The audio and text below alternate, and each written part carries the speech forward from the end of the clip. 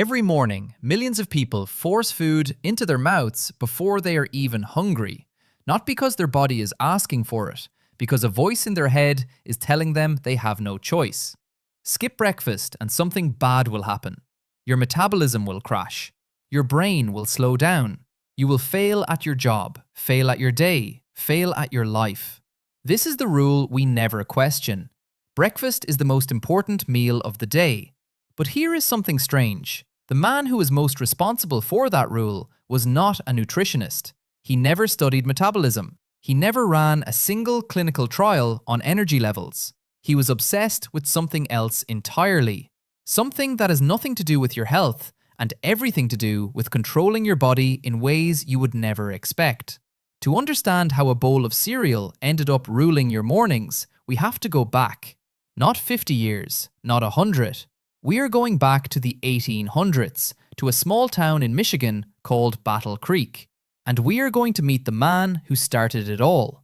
Before this era, breakfast was not sacred. People ate leftovers. People ate nothing.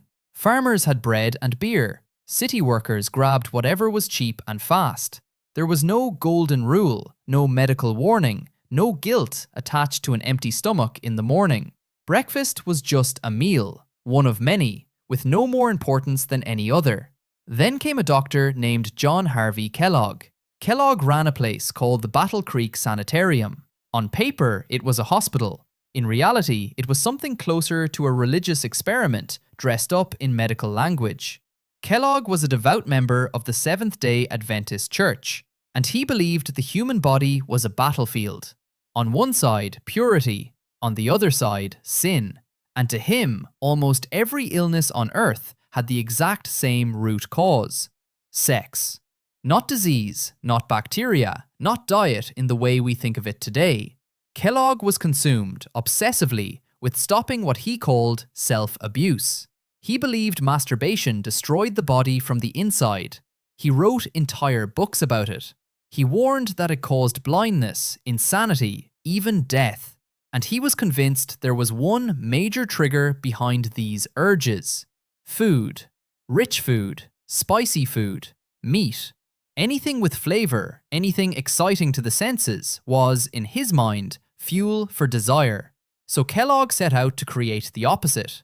Something bland, something plain, something so boring it would calm the body down completely. That is the actual origin story of the cornflake.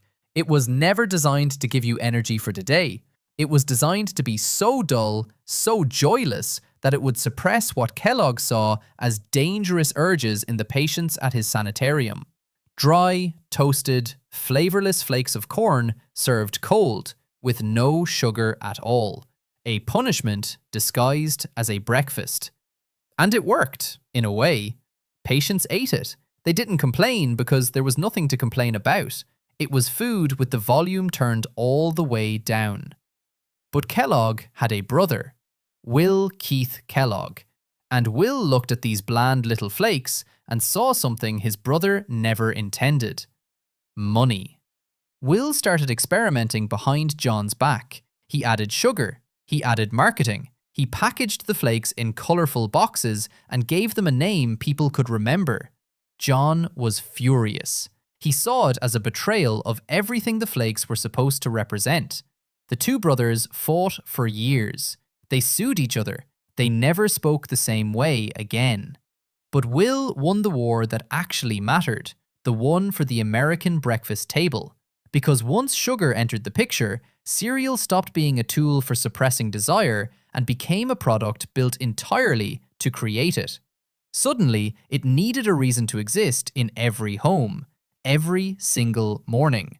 So the industry did what every industry does when it wants your habit. It built a story. Full-page ads started appearing in newspapers and magazines through the early 20th century. Doctors in white coats, real or hired, telling readers that a solid breakfast was essential for health, for energy, for children's growing brains. It didn't matter that almost none of this had strong scientific backing at the time. It sounded scientific. It sounded like something responsible parents were supposed to believe. And once one company said it, competitors had to repeat it just to stay in the game. By the time you reach the mid-20th century, the phrase is everywhere. Breakfast is the most important meal of the day.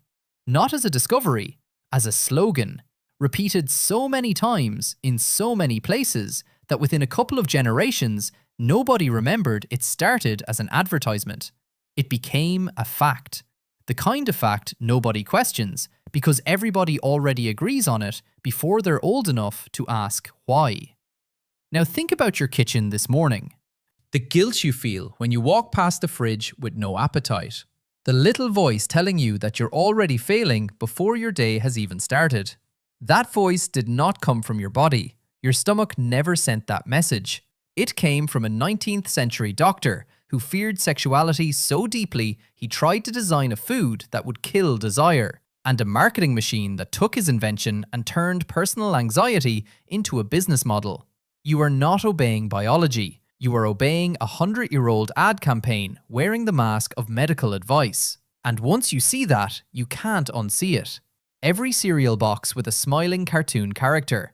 Every headline claiming your metabolism will shut down without morning food. Every ounce of guilt you feel skipping a meal your body never asked for. None of it started with your well-being in mind. It started in a sanitarium built to fight impulses that had nothing to do with your energy levels at all. So here is the only real question left. Are you hungry right now? Or are you just obedient? Your body has its own clock. It doesn't run on 8 a.m. It doesn't check a calendar from 1906. It knows when it needs fuel, and it tells you, clearly, if you actually listen, instead of following a rule someone else wrote for reasons that had nothing to do with you. Eat when you're hungry, skip it when you're not. Nothing collapses, nothing shuts down. The only thing that breaks is a 100-year-old myth that was never about your health to begin with. John Harvey Kellogg spent his life trying to convince the world that desire was dangerous and that bland obedience was the cure. Somewhere along the way, we forgot the fear and kept the flakes. Maybe it's time we put the bowl down and finally asked what we were actually afraid of all along.